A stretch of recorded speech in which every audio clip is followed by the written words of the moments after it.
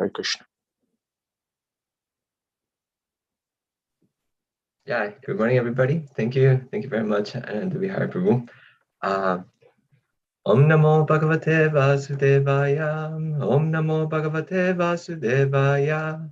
Om Namo Bhagavate Vasudevaya. So today we're speaking from the Srimad Bhagavatam, 10th canto, 15th chapter, text 36 through 38. Text 36. Tata Krishnam cha Ramam cha Gyatayo denukasyaye Roshtaro Vyadrabang sarve Samrapta hatabandavaham. Translation. The other as demons, close friends of Dhenukasura, were enraged upon seeing his death, and thus they all immediately ran to attack Krishna and Balaram. Purport. Srila Sanatana Goswami makes the following comment on this verse. It is stated here that the as demons first attacked Krishna and then Balaram. Krishnam cha Raman cha. One reason for this is that the demons, having seen the prowess of Lord Balaram, thought it wise to attack Krishna first. Or it may be that out of affection for his elder brother, Lord Krishna placed himself between Balaram and the as demons. The words Krishnam cha Raman cha may also be understood to indicate that Lord Balaram, out of affection for his younger brother, went to Lord Krishna's side. Text 37. O king, as the demons attacked, Krishna and Balaram easily seized them one after another by their hind legs and threw them all into the tops of palm trees. Text 38. Translation. The earth then appeared beautifully covered with heaps of fruits and with the dead bodies of the demons, which were entangled in the broken tops of the palm trees. Indeed, the earth shone like the sky decorated with clouds. Purport.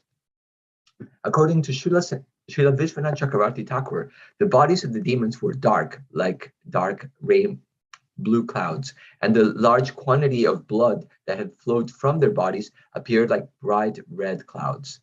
Thus, the whole scene was very beautiful. The Supreme Personality of Godhead in his various forms, such as Rama and Krishna, is always transcendental, and when he enacts his transcendental pastimes, the result is always beautiful and transcendental, even when the Lord performs violent acts like killing the stubborn as demons. Madhyanatimidandasya Ginanjana Shalakaya Chakshurun Militam Yena Tasmai Shri Gurave Namaha. Jai Shri Krishna Chaitanya Prabhu Nityananda Shri Advaita Gadadhara Srivasadi Gauda Bhaktavarinda. Hare Krishna, Krishna Krishna, Hare Hare, Hare Rama, Rama Rama, Hare Hare. Yeah. Morning, devotees. Before I begin, I would like to request your prayers so that I may speak something which is in line with our Guru Parampara, which is enlivening to our hearts, and that this sublime message takes root in this fertile soil of our heart. So today we're reading these beautiful verses on the killing of Dhenukasura and the as demons. And what we see first in the verse 36 is something interesting, is that just the words Krishna and Balaram, right? Krishnam cha Raman cha. There's so many wonderful ways to view them. Somebody may say like, oh, well, it just means Krishna and Balaram. That's it. But from Srila Sanatana Goswami, we get all of these beautiful ways to see what how to view the situation. One is that it is saying here that the demons attacked first Krishna and then Balaram, because they were like, oh well, this Balaram seems like very strong. Let's go with his little brother first. But another way is that that Krishna put himself between the as demons and Balaram to like, no, I'm going to take you, I'm out of affection for his brother. And Another way is that Lord Balaram, out of affection for his younger brother, went to Lord Krishna's side. So such beautiful ways to understand. And this is what the acharyas are giving us. This is what the Guru Parampara is giving us, and is different ways to see the scriptures, so that it's not static. It's something that that we can churn more and more, and that is the beauty of this parampara system, and is that as it goes from one devotee to another, then what we're getting is like more and more nectar. So that's why we always want to be at the bottom. We always want to be the servant of the servant of the servant, because there is more nectar always at the end, because everybody, instead of taking, everybody is adding to that mercy. So the being at the bottom is the best, because you're getting the mercy, you're getting the realizations, you're getting everything from everyone that is above you. So you want to be down there. You want to be the blade of grass. Now, another interesting thing is here, the text 38, where we're seeing that it's a very interesting way of depicting the killing, right? We're seeing that there are all these ass demons that are on tops of the trees, and it's bloody. It's a gory scene. They are dark, and there's just like so much blood everywhere that they're saying, oh, they're black. The ass demons are like black clouds, and all of this blood is like red clouds, and it's very beautiful. In the Krishna book, Prabhupada calls this a splendid scene. So you go like, oh my God, a splendid scene. And here, we're hearing that the whole scene was very beautiful. How is it that something so gory as killing and blood can be beautiful? Well, it is being explained here by Srila Vishwanath Chakravarti Thakur that the Supreme Personality of Godhead in his various forms, such as Rama and Krishna, is always transcendental, and that whatever he does, the result is always beautiful and transcendental. Generally, when we think of this, killing of anything, is just not something that we identify with beautiful. So how is it that we can understand it? Generally, when we're looking at something so terrible, in a movie, for example, and you have these beautiful movies in which they make things go very slow, and they will put like a beautiful music in the background with a lady with a beautiful voice vocalizing some beautiful melody, and suddenly the scene turns from like it's still super gory, but now there is an element of beauty. Well, how much more so will it be if we were to see Krishna enacting a pastime? I mean, just think about being able to see Krishna enact any pastime. This specific one, he's giving mercy to the demons, and that is why it's also beautiful. If it was just simply, oh, Krishna killed those rascal demons and that's it, then okay, good, but if he doesn't care, then it would be like, okay, that was heroic, but that's it. But no, Krishna here is giving them mercy as much as he is giving mercy to all the Brijabasis. It is said that Samoham sarvabhuteshu namedveshtusti napriyaha ye bhajanti tumma bhaktya mayiteshu chapyaham. Krishna is equally disposed towards everyone. That no one is his friend and no one is his enemy. So how is it that Krishna can say that he doesn't have enemies and friends? I mean, he's killing those demons and he's not killing the gopas, the cowherd boys. And it's because aham sarvasya prabhavo mata sarvam pravartate iti madhva bhajante mam buddha bhava samandidaha.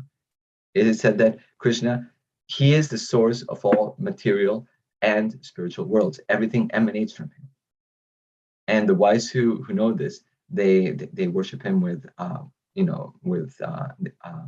their hearts. Everything is coming from him. So these as demons, they're really pure devotees that are covered, whose consciousness is covered at the moment, and they're acting in this way as inimical towards Krishna. But Krishna is taking that opportunity to liberate them and also to enact pastimes that enchant our hearts by his heroic deeds. Somebody has to play the bad guy, right? So he goes, okay, I choose you to be the bad guys, and I'm going to give you something special. I'm going to liberate you for doing that. So it's not just that okay, so thank you for doing this. He goes ahead and gives them liberation, and not only that, some of them he's even giving entrance to the Vaikuntha planets, and even to Goloka Vrindavan. I mean, how much are we striving here for to be able to go back to the spiritual world? How much are we striving to go back specifically to Goloka Vrindavan? And Putana, who came to kill Krishna, she got to go there. So this is Krishna's mercy. And how is it that why is it that some get mercy and some get not? Like what is this? Yeyatamam prapadyante tam sataiva bhajamyaham mama vartman vartante manushya partha sarvashaha. Krishna is saying that as we approach him, then he will allow us. He will he will reciprocate with us accordingly. So if we come to him in a challenging mood, okay, so he'll play ball with us. If we come to him, in a loving mood, he will be reciprocal with that love. Now, some people may say, well, if he's so reciprocal, why did he leave the Brijabasis? The Brijabasis gave up everything for Krishna. Their only thought, the only thought in their lives was loving Krishna. How is it that he just stayed 12 years and 8 months with them? It's such a small time, and yet he never came back. Until the very end, we see. It was about 100 years before he came back, and the Brijabasis were on the edge of their lives, just like ready to give up their lives.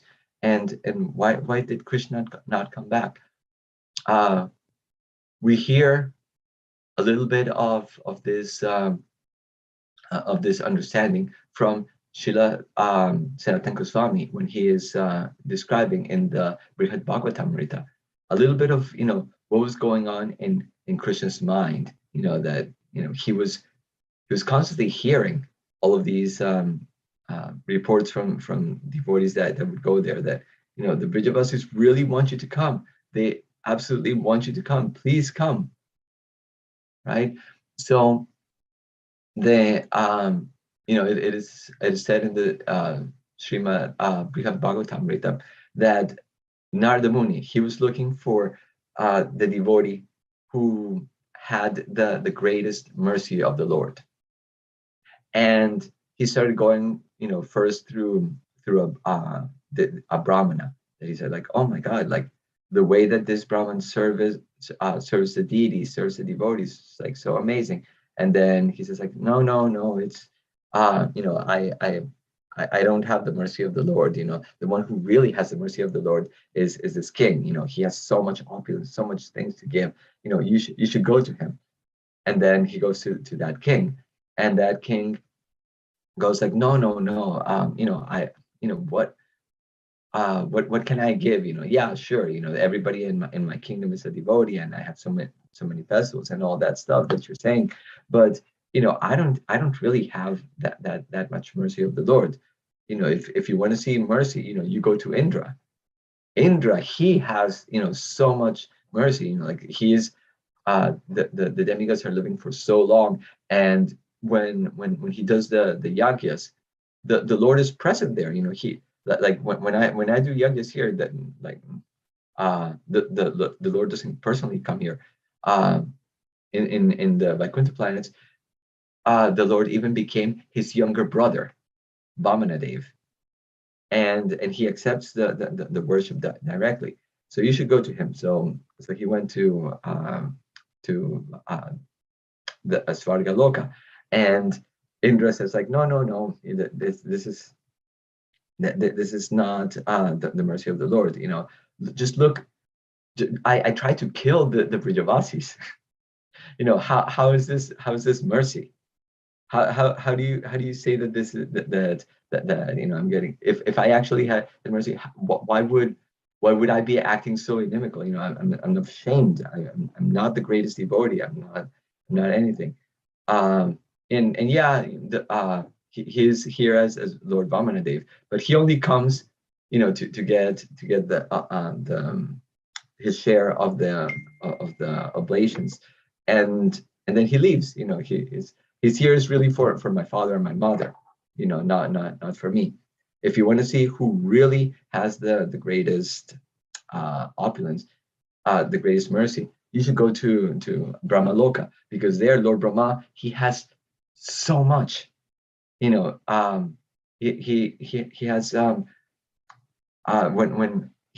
when we the demigods, we are so disturbed all the time, by these demons. It's such a constant thing. But Lord Brahma, he's never bothered by the demons, and he lives for so long, and he is the creator of this universe. He has everything like that. So he has the greatest mercy. And besides that, the Lord is always within his planet as the Sahasra Shirsha, the thousand-headed Vishnu. So you just go to him, and you will see who really has the greatest mercy. And so he went to Brahma Loka, and Lord Brahma says like, no, I'm not the greatest devotee. I don't have the most mercy. I don't have anything. The Lord here, yeah, he gave me this position, but just look what I did. If I was so blessed, why was I so bewildered that I took away the cowherd boys and calves from him? I challenged my Lord. The very person who gave me birth, who instructed me and all that, I challenged him. That what kind of thing is that? No, if you want to see who really has the mercy of the Lord, you should go to Lord Shiva. Lord Shiva has the greatest mercy of anyone. If you see him, he's Maheshvar. He has an abode which is never destroyed. I have an abode that, yeah, it's a long time, but it's destroyed at some point. But Lord Shiva, he's a pure devotee. He's the greatest devotee. And you should go to him. So he goes to Lord Shiva, and Lord Shiva goes like, no, no, no, I have no nothing really. Just see how bewildered I am, when Mohini Murti came, and I'm always angry, and when I'm always associating with all of these ghosts and ghouls and demons like that, and just see, I have even taken the side of the enemy of Krishna and fought against Krishna because I gave my word for somebody else, that I would protect them. So no, I can't say that I have the greatest mercy. If you really want to see who the greatest person is, you should go to the Vaikuntha planets. These people, they're always shining. They have the bodily features of the Lord. These people have pure, unalloyed devotion to the Lord. It's not mixed with anything. They're there in Vaikuntha, and they're always loving him. They're always doing. And notice that as we're going through all of this, we're seeing different types of bhakti. The first one is the Brahmana. He has bhakti, but it's this karma Mishra bhakti, where the bhakti is mixed with some karma, the same, and as we're going more towards Lord Brahma, we're seeing more of Jnana Mishra bhakti, which is this bhakti which is mixed with the desire for liberation and empirical knowledge. And we're now starting to enter more into that pure unalloyed bhakti, and it's going to get deeper and deeper as this goes. So as Lord Shiva is explaining about these, his wife Uma starts getting angry. It's like, what do you mean these people? The greatest of the Vaikuntha Vasis is my worshipable goddess Lakshmi Devi, of whom I am an expansion.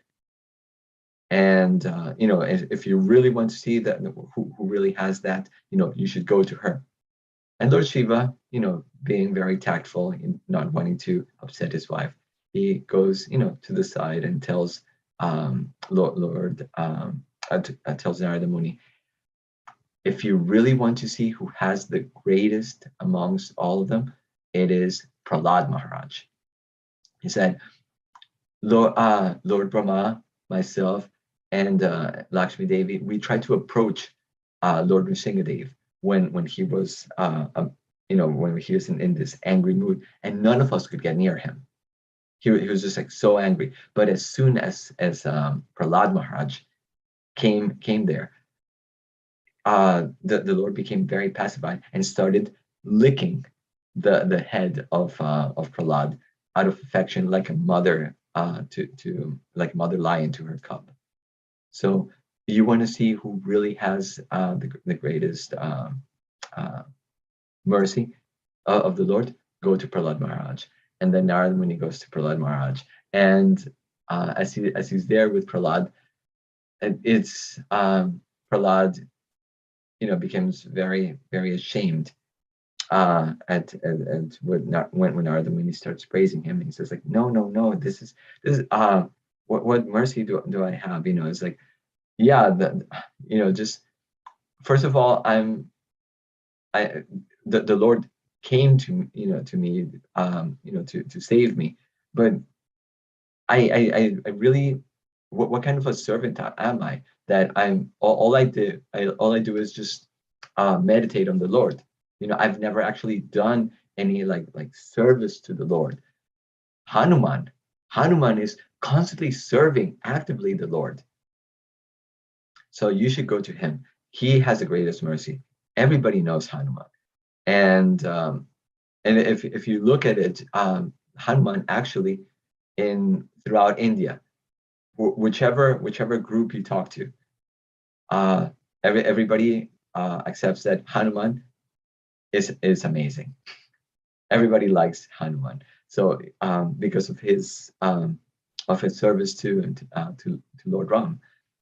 And so Narada Muni goes to Kimpurusha, where Hanuman was staying, and he praises him as having the greatest mercy of the Lord. And Hanuman just goes like, Narada Muni, please sit down. Just no, don't, like he couldn't say don't say this, but he just is I don't have this thing that you're saying, yes, I've served the Lord a little bit here and there, but it was just for a couple of years. But then Lord Ram, he left. He took all the inhabitants of Ayodhya with him back to the spiritual world, and he asked me to stay here. I've just been worshiping this deity of his, since then, in agony, of separation for hundreds and thousands of years. So how is it that I have that you're saying that I have the greatest mercy of the Lord? If you want to see who really has the greatest mercy of the Lord, you should go to the Pandavas. They have the greatest mercy. When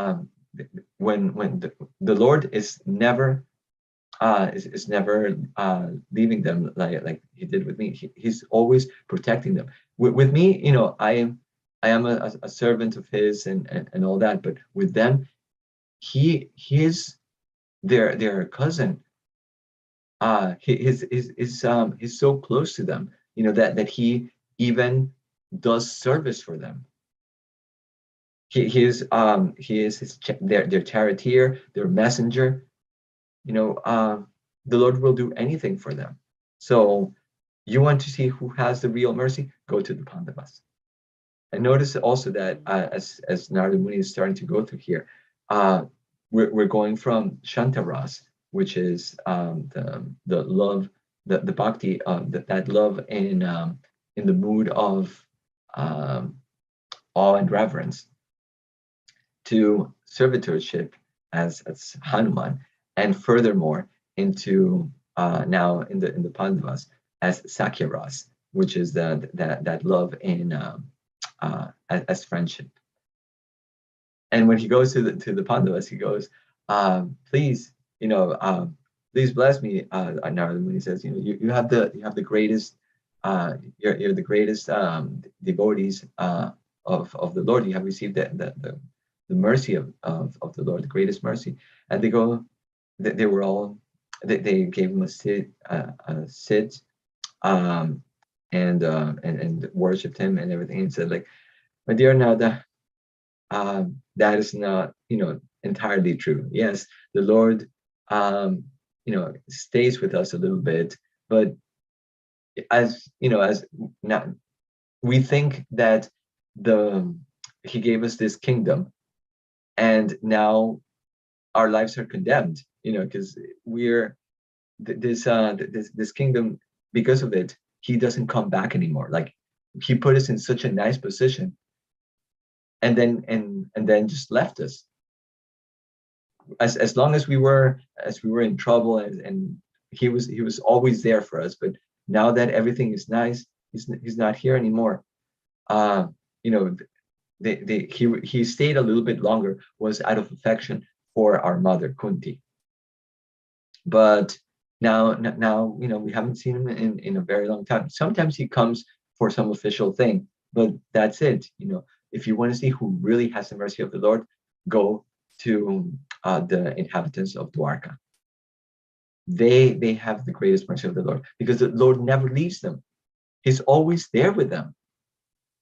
And besides that, with them, with us, he's friendly, but the inhabitants of Dwarka, they're close family. They have this love for him in parental mood, and the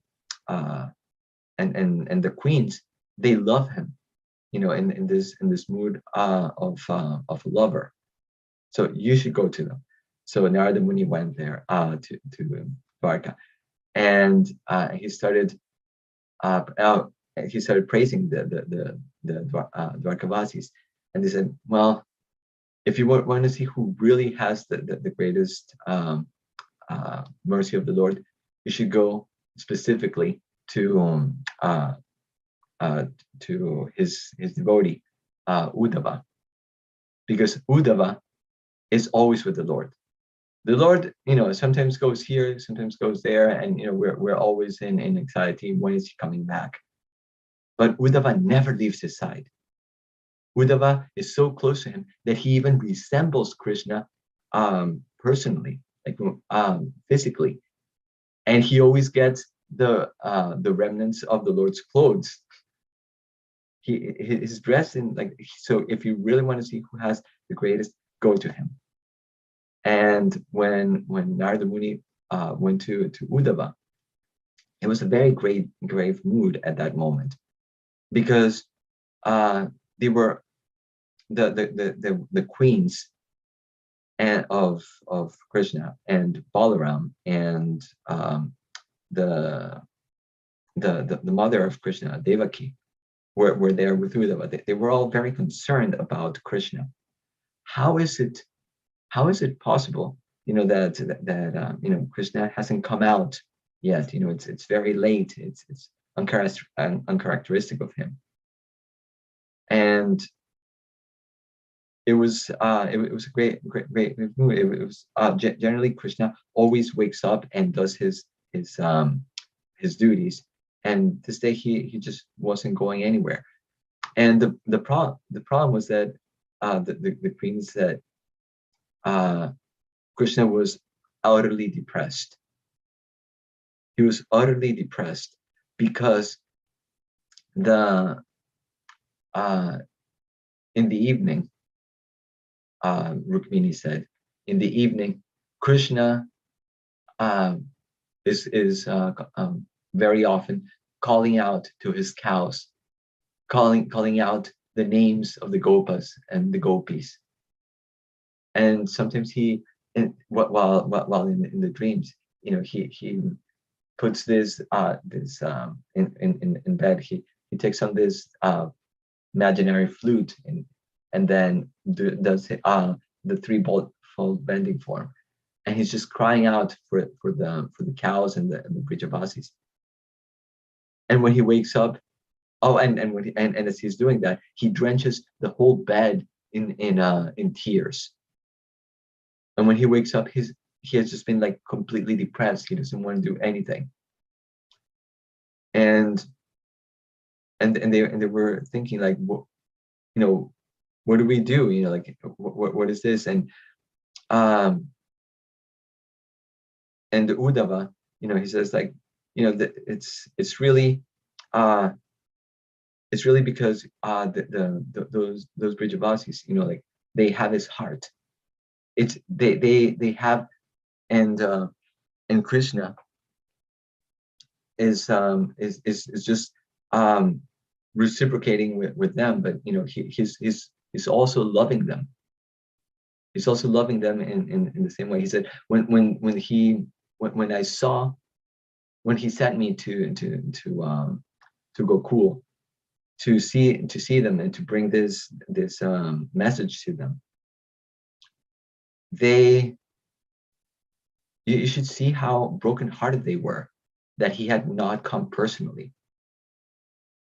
That he said he loves them so much because they have given their whole lives to him.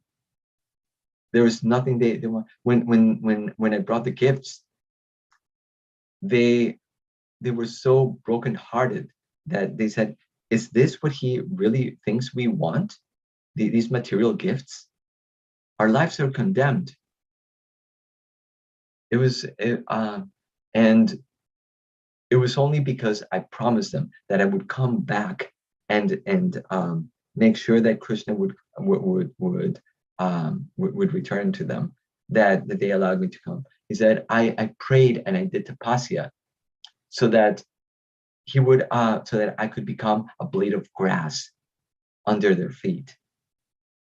These devotees, that is the how they're loving the Lord. And Lord Krishna, hearing, he came out and he said, like, yes, I have such a hard heart. If I had any love for them, I would have come back to them. And then he said to Uddhava, what do I do? What should I do? You tell me. And Uddhava said, like, at that moment, Devaki, thinking that, oh, Krishna, if he goes back, he's never coming back. If he goes back to Gokul, he's never going to come back here to us. So she said, well, just give him whatever they want. Just give them whatever they want, and don't mind, and at that moment, Padmavati, the wife of Ugrasena, she was somewhat old at that time, and her judgment was not right. She started saying, why do you, these Brijavasis, they've done nothing for you, really. When you were little, they made you a slave by putting you to go out into the pastures and take all these cows with you, and they didn't even give you like nice shoes or anything, and they didn't even feed you properly, so you had to go and steal the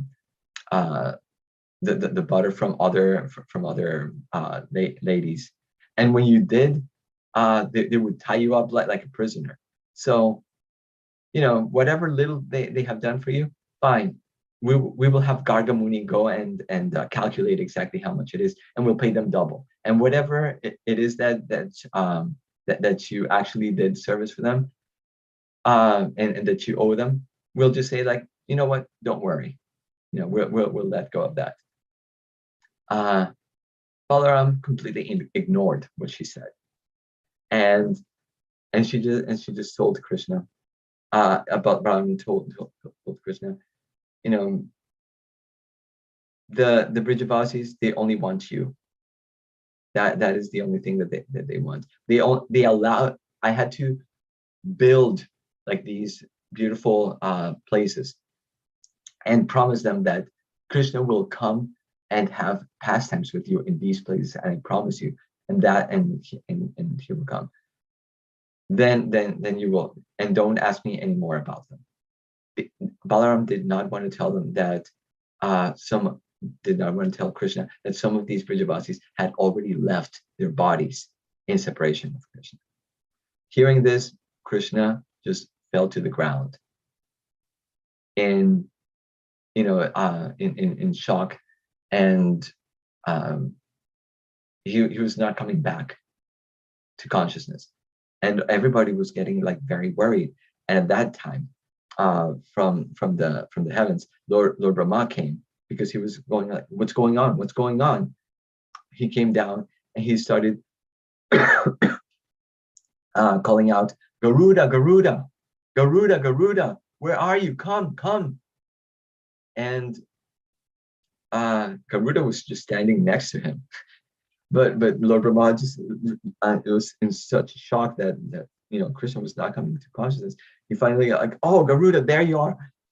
Take Krishna to this Nava Vrindavan, this place that they had recently built for Krishna, and Vishvakarma had built for Krishna, and he made it exactly like Vrindavan. So they took Krishna, and Lord Brahma said, but only take Krishna, Balaram, and Rohini at most. Everybody else cannot be there. And Balaram immediately understood what was going on. They took Krishna to this Nava Vrindavan, New Vrindavan, and in this place, there were replicas of all the Brijavasis, perfect replicas, but they were just like statues of them. So Balaram changed Krishna's clothes to that of a cowherd boy, He put a bugle horn. He put the he put the peacock feather and the flute, and he decorated his hair with flowers and malas. And then he started trying to wake Krishna up. Krishna, wake up, wake up! You've overslept. You've overslept, Krishna. Wake up, wake up! And Krishna woke up, and he saw the replicas of Nanda and Yashoda. He said, "Oh, mother and father. Oh, I'm sorry. I overslept. Oh, you should see the crazy dream I had. It was so crazy. I was living in this great palace, and I had so many wives and grandchildren and all that. But I don't have really time to explain to you what, I'm just so happy to see you. But I have to go now because the cows are waiting. And Balaram, come on, we're going. And Balaram was trying to get him to come away because these were just replicas. They were just statues of Nanda and Yashoda, so they were not speaking back to Krishna. So Balaram was, come on, let's go. The cows need to be herded. So he went with Krishna, and as he was passing through the forest, he was calling all his cowherd boyfriends, and Sudam, Krishna, and as they were going, he also passed the gopis, and he said, "Oh, Radhika, I had the craziest dream, and I'm here now. I will talk with you. Right now I can't, but I wanna meet with you girls in tonight." And he was thinking that she and the other girls were just stunned because probably Radhika knew his heart. Probably she knew what crazy dream he had and all of these things. So he said, I will tell you all about it, tonight. And then he went on. And at some point he reached the shore of an ocean. And he was like, I'm confused. This is not the Yamuna River. This is an ocean. What's going on here? And then Balaram, he called out to Krishna, Vaikuntanath, come. And he was trying to get Krishna. He said, save your devotees. He was trying to get Krishna into the mood of Dwarkadish, of this Lord of the Yadus. And Lord Krishna suddenly came to his senses, like, oh, Balaram, what are you doing dressed as a cowherd boy? And why are you herding cows next to the sea? Like what's going on here? And then Balaram explained everything to him. And at that point, Narada Muni, he just told Krishna, that he finally understood who had the greatest mercy. And we can see from this narration, really where the heart of the Lord is, how he reciprocates with his devotees, and with everyone. Jai. So if we want to see really how Krishna is reciprocating with our lives, we have to understand, the lives of these devotees and see how much mercy everyone, from the Brahmana all the way to the Vrijavasis, are getting mercy. We are also getting mercy, just because we're connected to Krishna. Thank you, devotees. I'm sorry I didn't have time for questions or anything like that. Jai Shri Radha Murli Jai Shri Chandra. Thank you, Murli Gopal Prabhu. Thank you for connecting us to Krishna in such an intimate way. I felt like I was there. And I feel like Bhima Prabhu was there too.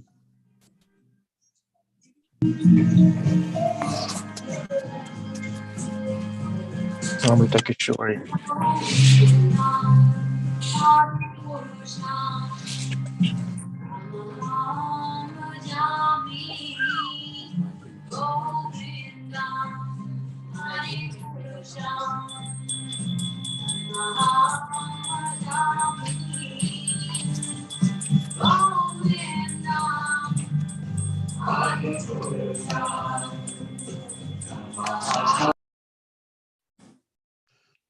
Okay, a brief darshan from Adipura. Thank you, Murli Gopal Prabhu. Great class. Bhima Prabhu, Amrita Kishori, Didi, Jamuna Jaya. Nice seeing your bright faces. Very, very happy to see you. Would you like to reflect? Would you like to say something? What? Okay. Go. Who was going? You. Oh, I was. I would just like to, Murli Gopal, thank you very much. I think we can't explain it. There's no rationale or very little rationale that we can in this modern world explain. How is it that the play of a little cowherd boy and his brother and his girlfriends and his parents, how we take that with us into this day-to-day reality, but for somehow it gets in you, and somehow it makes everything all right, and somehow it makes all the bitterness of this world, materially speaking, become sweet, because we know, as you said, most importantly, that these leelas are happening to us all day long if we just pay attention. And that it's not like we're looking for a little blue boy around every corner playing the flute calling us, but that we're looking for signs in the encouragement from the devotees, in the beauty of the garlands around the deities' necks and draped on their chest. We see that love, and we're encouraged that such a world does exist for real, and much more real than this world that we are materially ensconced in, or at least I am. So once again, thank you very much for sharing Leela.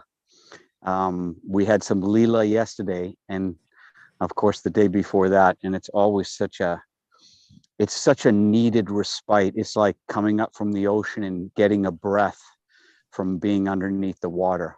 So I give great thanks to you. Hare Krishna. Hi, thank you so very much, Prabhu. I am 100% back those reflections. Recently, a friend of mine, he left the movement. It was a little bit painful. How did you let that happen, Murli Gopal Prabhu? Was that Prabhu? That was your oversight. Hare Krishna. And it was very painful.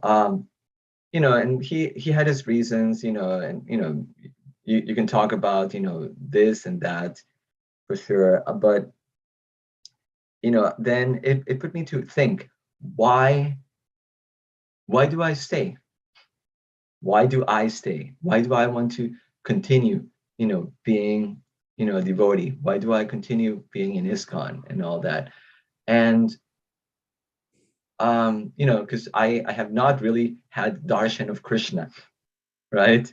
Directly, when you just I had it now, a minute ago, by Adipura Prabhu's grace.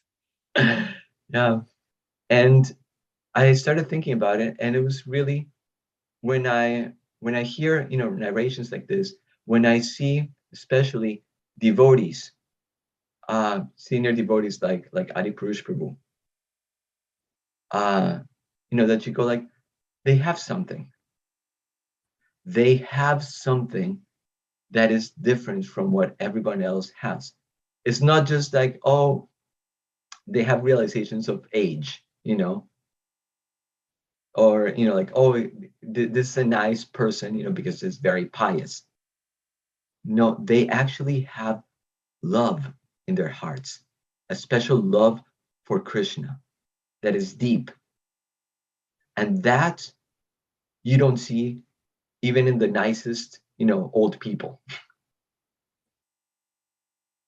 They really have this inner connection with Krishna. And you go, I want to have that. That is real. Aside from any politics, aside from any, things that, institutions and whatever happens. Management. Yeah. Management, all that stuff. There is something real that I want to have. I want to have that. And that is better to have than all of the money, all of the success, all of the fame, anything that is really worth having. And I was thinking, that is why I want to stay. Murli Gopal Prabhu, that was the best part of the class that you gave.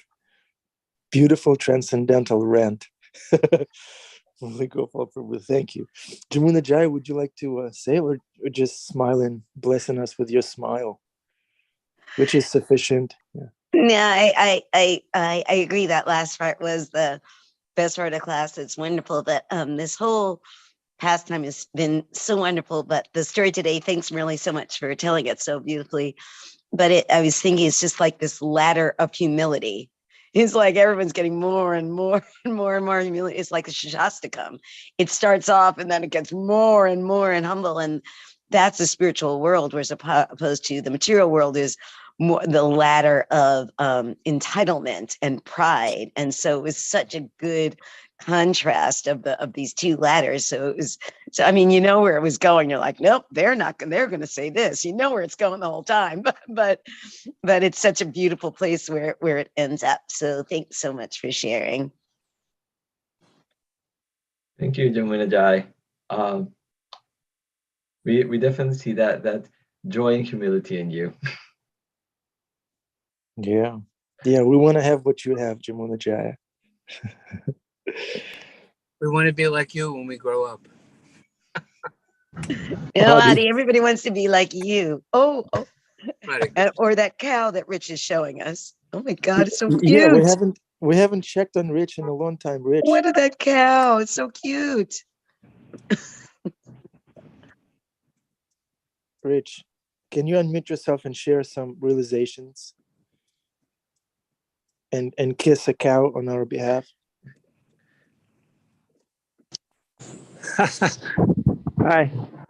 I don't know if he's up to kissing, but he sure is beautiful, isn't he?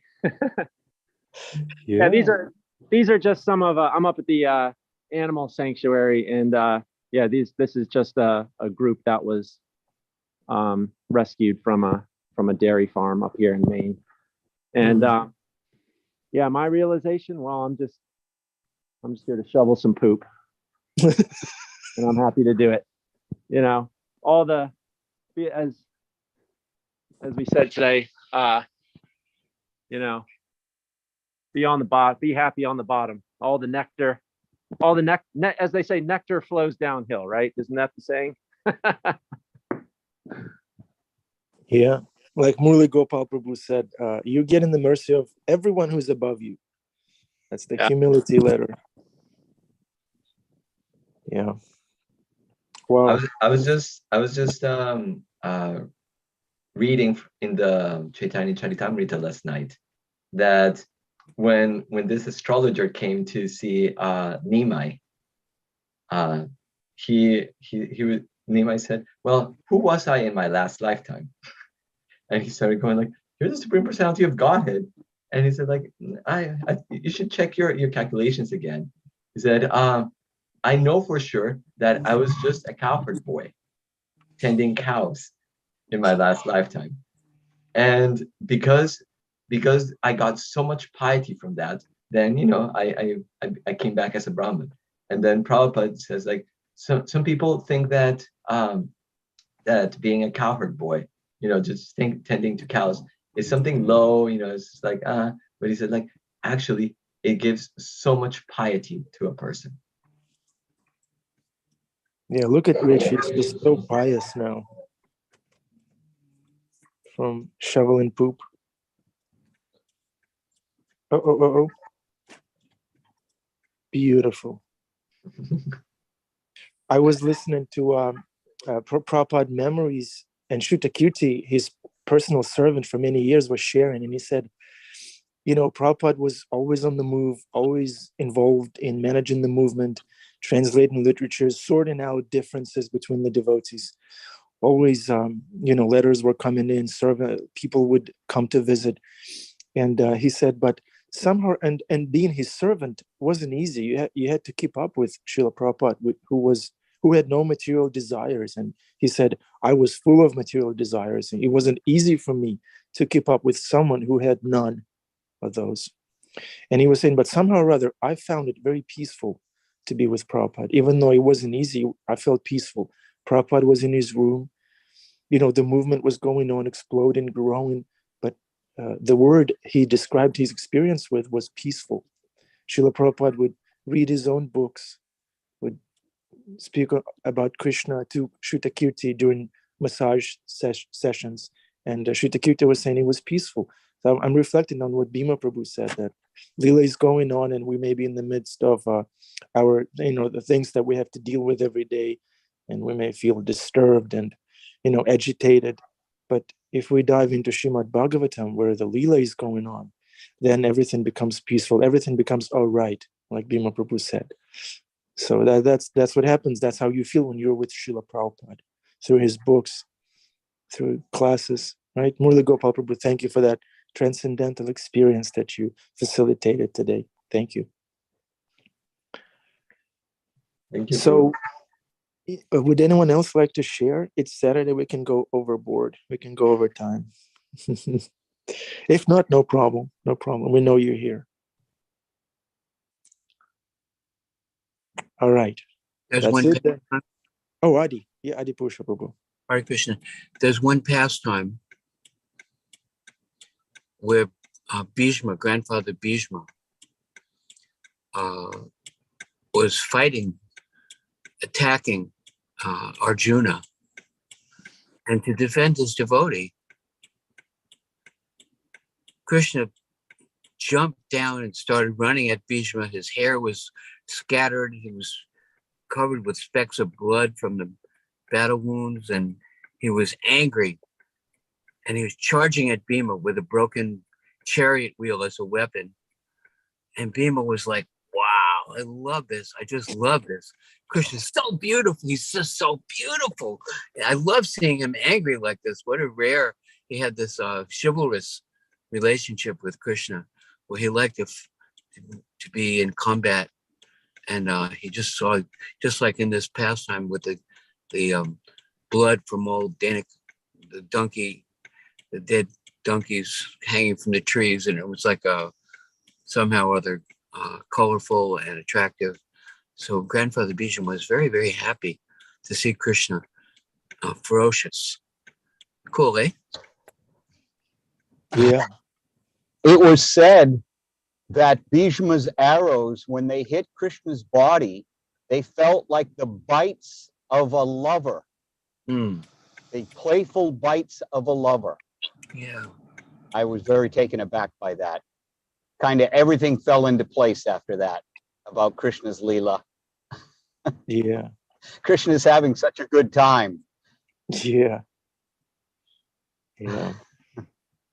And Srila Prabhupada made it available for us. This transcendental fun. Devotional service is joyfully performed. So thank you, Murli Gopal, for the joyful class. Thanks, everyone, for your joyful participation. Everything is all right. Just stick to Prabhupada. Yeah. Thank you, Murli Gopal Prabhu Ki Jai, Srila Prabhupada Ki Jai, Srimad Bhagavatam Ki Jai. Have a wonderful day. Come back tomorrow. Hare Krishna. Hare Krishna to the cows. Hare Krishna. Yeah, Rich, can you put the phone to the ear of the calf? Bhima wants to say Hare Krishna. Say it, Everybody. Bhima. Hare Krishna. Hare Krishna. Radharani. Radharani loves you. Nice. Nice. Thank you. Okay, Hare Krishna.